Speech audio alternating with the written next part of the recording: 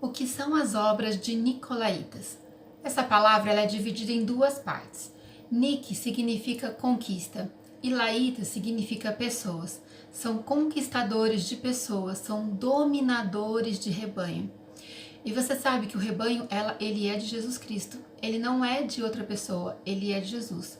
Por mais que Jesus tenha subido e tenha dado dons aos homens, e um dos dons seja de pastorear, seja um pastor, o pastor ele tem que pastorear as ovelhas para o único pastor que é Jesus Cristo e não para ele. Ele mesmo disse para Pedro: tu me amas mais do que estes?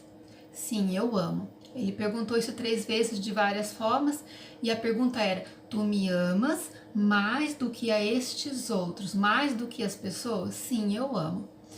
Aí ele falou assim: pastorei as minhas ovelhas, pastorei as minhas, e não as suas, Pedro, as minhas ovelhas.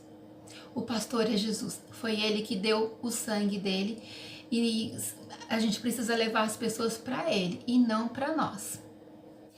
E isso é tão grave que lá na igreja de Éfeso, em Apocalipse, quando foi escrito para sete igrejas, na igreja de Éfeso, eles tinham perdido o primeiro amor e realmente eles precisariam voltar, senão eles morreriam. Mas Jesus falou para eles assim: eu tenho a favor de vocês que vocês odeiam as obras dos nicolaítas. Tem Apocalipse 2:6. Então, existe algo que Jesus ama que a gente odeie. E uma delas é as obras de nicolaítas. Claro, porque se você pastorear uma pessoa para você e não para Jesus, ela não vai chegar em Jesus e ela não vai chegar na salvação. Olha que sério que isso chega. Em 1 Tiago 4:1 fala assim: mas o Espírito expressamente diz que nos últimos tempos, os últimos tempos é o tempo da igreja, apostatarão alguns da fé, dando ouvidos a espíritos enganadores e a doutrinas de demônios. Doutrina de demônios eu vou falar no próximo vídeo, porque essas obras de nicolaítas acabou virando uma doutrina depois de 2 igrejas. Mas vamos ver onde que isso começou, onde essas obras começou e por que começou. Porque o Espírito diz assim: quem tem ouvidos, ouça o que o Espírito diz às igrejas. Por mais que seja para a igreja de Éfeso, ele manda que nós escutemos o que ele está falando, que a gente ouça, que caia no nosso coração e a gente preste atenção. Então vamos ver onde isso começou. A palavra ela fala assim que nós não devemos consagrar neófitos. Neófitos são pessoas que acabaram de chegar no reino, que acabaram de nascer em Jesus. Eles ainda são um bebê, por mais que eles estejam em Cristo, eles são um bebê. Eles precisam conhecer a palavra, eles precisam se estruturar para que eles não se ensoberbeçam. Então é uma ordem. Só que na igreja de Atos, todo dia vinha pessoas para Jesus, todo dia o Espírito acrescentava pessoas para a igreja. Então, assim, muitas pessoas que chegavam, né, existia um período que tinha muitos neófitos. E aí logo começou a murmuração, falando que, olha, vocês não estão servindo a mesa das viúvas, né? E aí Pedro falou assim: olha, nós não vamos parar de orar e de buscar a palavra, mas pega alguns de vocês cheios do Espírito Santo para servir as mesas. E aí começou a bagunça. Em Atos 6, fala assim que naqueles dias, crescendo o número dos discípulos, houve murmuração dos gregos contra os hebreus. Os 12 apóstolos, eles fizeram uma reunião e falaram assim: não é razoável que nós, os apóstolos, deixemos a palavra de Deus e sirvamos as mesas. Praticamente ele falou assim: não é razoável que a gente faça isso, mas faz vocês aí, olha, deixa a palavra, deixa a oração e vai servir as mesas, mas nós não.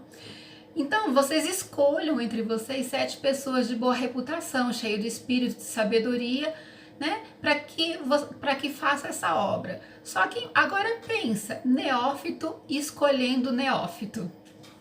Paulo não estava no meio disso. O 12º apóstolo aqui é Matias, tá bom? Em Atos 6:5, eles vão começar a falar das pessoas que foram eleitas por eles mesmos. Neófito escolhendo neófito, olha a escolha, que beleza, né? E fala um pouquinho antes que eles ficaram assim, que isso agradou eles, né? Nossa, nós vamos escolher a gente pode fazer isso sozinho, então nem oraram, porque afinal de contas quem precisava se perseverar em oração e na palavra eram só os apóstolos. Então vamos ver a bela escolha, né? Aí fala assim, olha, e este parecer contentou a toda a multidão.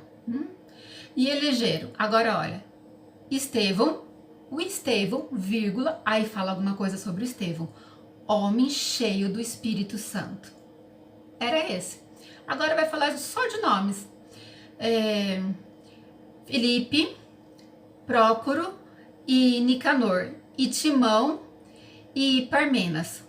Agora ele vai falar um nome e algo sobre esse nome. Então ele só vai falar algo sobre o nome de duas pessoas.